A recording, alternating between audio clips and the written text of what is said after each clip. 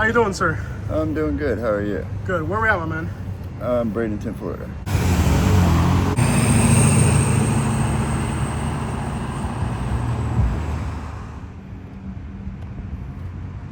So, have you ever had somebody help you and save you out here from? Yeah, a buddy of mine, Daryl. Twice now, he's pretty much saved my life. My name's Daryl. He come over there and he overdosed, and I'm sitting there Trying to keep him alive. Yeah, resuscitating him until the cops come. And I broke my hip, and he took care of me for a month and a half. He took care of you? Yeah. Okay. Got me food every day, did everything he could to help me, and then recently, when I thought I was having a heart attack or something, couldn't breathe, he pushed me on a bike to the emergency room. Okay. So there's great people out here. Oh, there is. There's Okay. a lot of good people. Gotcha, man. Yeah. If you ever see him again or talk to him, let him know the guy that interviewed him said hello, man. All right. All right. So tell me your story about how you ended up on the streets. I ended up on the streets. I had a home right down the road, and because of addiction, I ended up on the streets. After having my face crushed, I became addicted. I was on for several years and got off of it, then got on. Okay. About 3 years ago. Did a little bit of jail time, got out, had lost my house and car, and became homeless. Gotcha. And Before you were homeless, what was your life like? I had a pretty good life. Lived in west side of Bradenton, owned a home.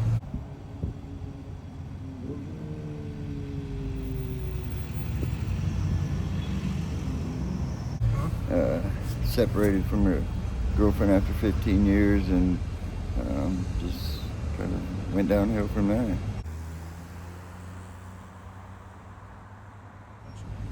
So you recognize that what led you to homelessness was the addiction.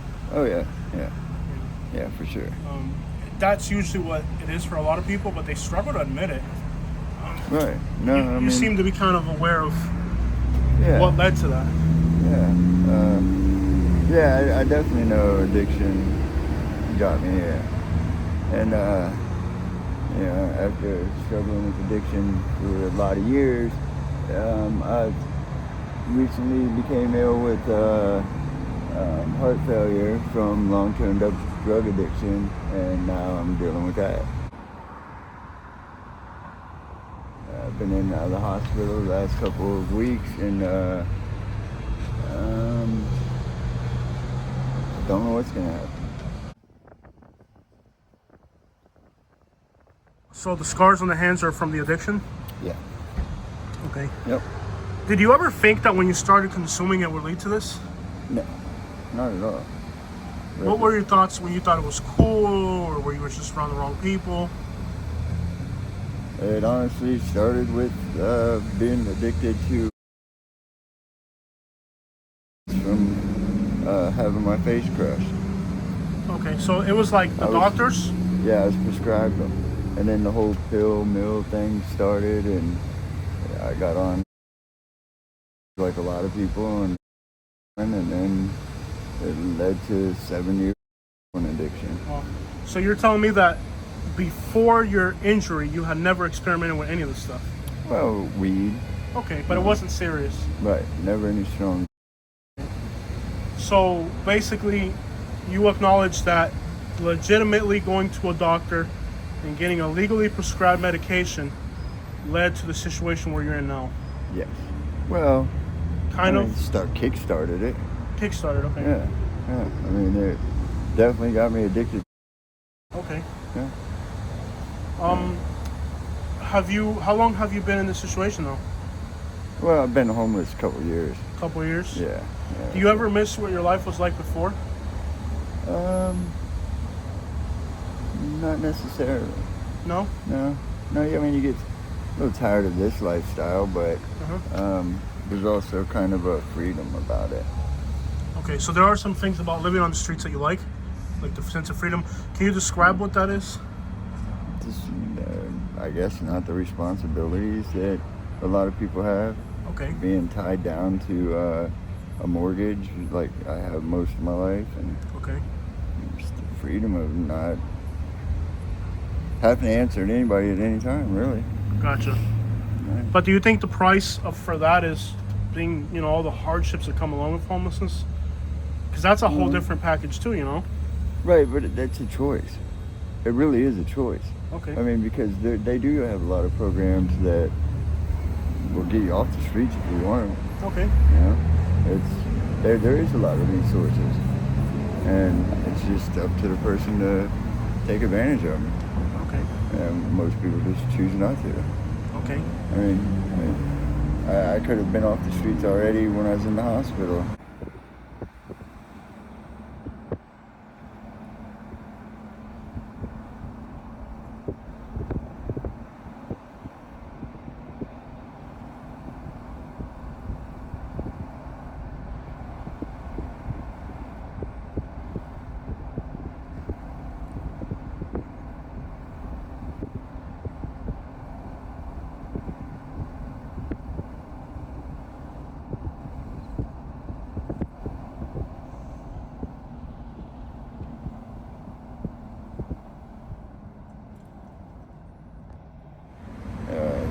If I'd have stayed and I'd checked myself out, they would have helped me get into a program or whatever I needed to do. Yeah. And I just chose not to take that road. So you just came back out? Yep. Just Okay. came back out. In the time that you've been on the streets, have you ever been arrested for trespassing or loitering? No. Okay. Never once. I've been trespassed, but they've never really messed with me about it too much. I mean, they do run us around a little bit, and I get it. You got the community calling all the time about people trashing places, so you kind of understand.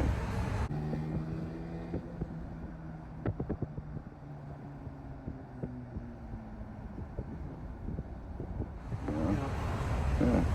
I mean, the homeless population here affects the business owners and the course. homeowners. Right. It does. Right. I get that. I think most people get that. Is there something else like depression or anything else in the background that could have also contributed, or mental health issues that could have contributed to you being out here as well? With me, not Yeah. necessarily. But Okay. with a lot of these people, mental health is a big issue. Okay. I mean, they're a huge issue. And they just lock them up.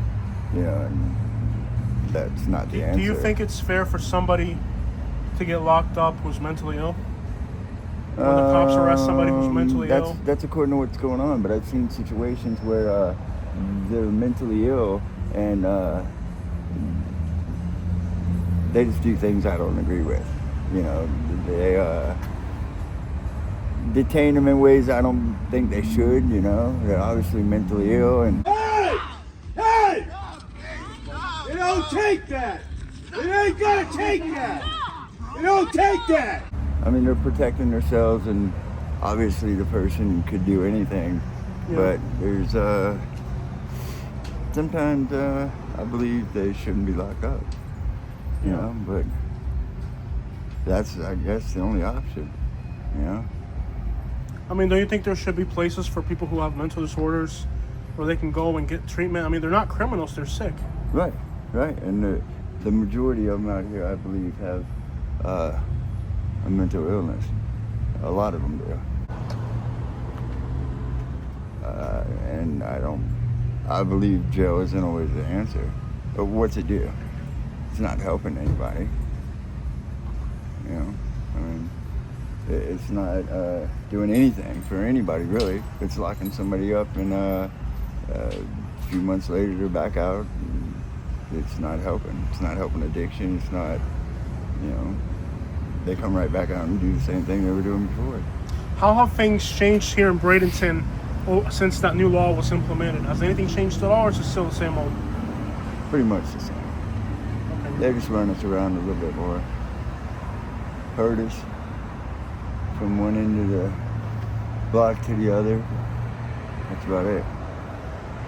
I mean, I don't think it should be against the law to be homeless at all. You know? If anything, maybe try to give them more options or something. I mean, there is a lot of options. It's just you have an addiction. Yeah. You're struggling with an addiction. It's not the easiest thing to deal with sometimes. Gotcha. Do you see yourself leaving the streets, or you see yourself out here indefinitely? Well, that I'm not sure. I'm not sure how much longer I'm gonna live. You know, so who knows? I mean, I'm ready to get off the streets. You know, I definitely am. I just haven't taken the steps yet. Okay. To do it. What would those steps be? Have you identified what you need to do to get off the streets? Yeah. I mean, if you want to get off the streets, it isn't too hard. I mean, everybody says it is, but it's not. There's a lot of programs. There's a lot of options. You know, it's just You told me that you used to live in Pigtown. Fairlane. Okay. My back's messed up. Sorry, brother. That's When you all right. used to live in Pigtown, what was life like in that neighborhood? I mean, that neighborhood has kind of like a notorious reputation almost. Well, mine's really the neighborhood I lived in was the one next to it, and it's a good neighborhood. And Pigtown really isn't a bad neighborhood. I mean, it really isn't. Okay. Since I've been there, I'm out all hours of the night and Nobody's ever bothered you? never had anything happen. Okay. I mean, I was in there walking around with a camera. Nobody bothered me. I've That's never- pretty crazy. I've never had anything there happen that I couldn't control, you know, and Okay. I'm a little bit older, but you just gotta hold your own. Gotcha. But regardless, I mean, there's been 5 homicides in this area in the last year. That's not normal. That's a lot. 5 homeless, what? 5 homicides, people murdered. Homicides, right. 5 people have lost their lives in the last year. That's kind of high for just a small area. Yeah. So it can be dangerous if you. It can. It's just the situations you're putting yourself into. Yeah. So day-to-day living, how do you take care of bathing, using the restroom? What are the Well, challenges the there? restroom, you just go to the stores. There's places you can bathe. People, you know, that'll let you take showers and just do your best. I mean, you can go to turning points, take a shower anytime you want Yeah. during the day. I mean, there's definitely plenty of ways to do it. Gotcha. Sometimes you go a day or so without a shower, but Okay. you manage. But you manage it. Yep. Gotcha. Where were you originally born, brother? Columbus, Ohio, but I've been here since I was 6. Okay, so Florida most of your life. Yeah. Mostly the Bradenton area. Yep. Did you finish school? I did. How far did you get with your schooling and all that? I graduated. Graduated high school? Yeah. Did you go to college? No. What were some of the occupations that you had, when on the way here? I've done audio video work most of my life. 20 plus years doing audio video work. I'm sorry, I don't know if you. Audio video work. Yeah. Yeah. You didn't work a lot? No, 20 years I did it. What were you doing? Sound system. Oh, like cars or houses? Houses. Houses? Yeah, higher end systems. Yeah. Cool. Did it for a long time. Did you like that work or no? Yeah, I did. Gotcha. Is that an occupation that still is out there today? Yeah. Oh, yeah, for sure. Yeah. It's just changed a lot, Yeah. There's a lot of catching up to do. for sure. Gotcha. I've been out of it for a little while. All right. In the time you've been on the streets, what is the nicest thing somebody's ever done for you? Like where somebody's helped you or done something for you that meant something to you? Somebody I really didn't know took me in when I first got out of jail a couple years ago and let me stay with him for like 6 months, and we've become friends, and it's about the nicest thing somebody's done for me. That's a pretty big one. Yeah, I respect the guy a lot. Gotcha. Mm-hmm. What are the things that bring you happiness every day? to keep you motivated? Is there any hopes, aspirations, or things that make you happy every day? I help a lot of people. You help people. Yeah, a lot of the homeless people I help. All right, tell me about, so helping other people brings you happiness. Oh, for sure. In what ways do you help other people? And tell me a few examples of things you can do for people out here. Just all kinds of stuff. Whatever any of them need, I try to help them with, or I go to turning points and bring food back a lot, or just anything I can. So you Small spend, things. despite the fact that you're homeless, you take time out of your life to help other people that have necessity. What type of necessity do you see people out here? Things that are like heartbreaking.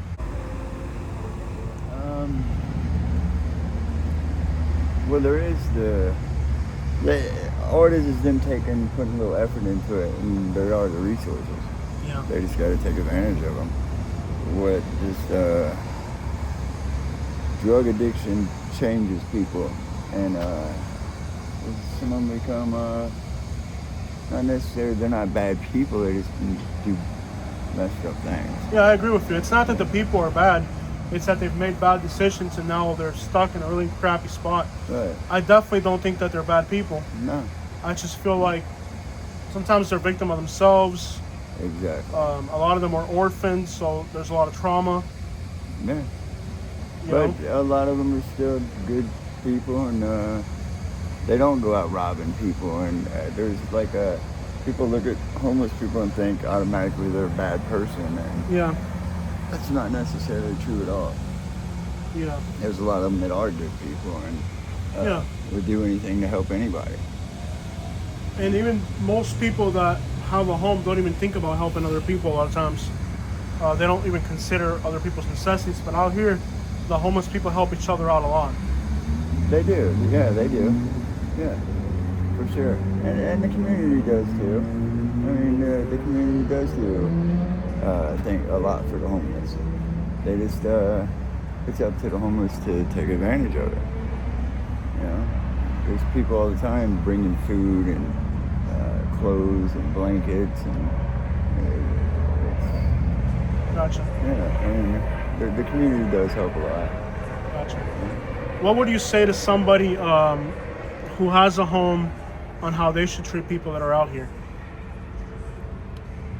That's just from personal experience. You know, they're just not all bad people. You know, they're people too. They just have life taking them down a different road. You know? Gotcha. Doesn't mean they're bad people. I agree. Yeah. I agree. It's not that the people are bad.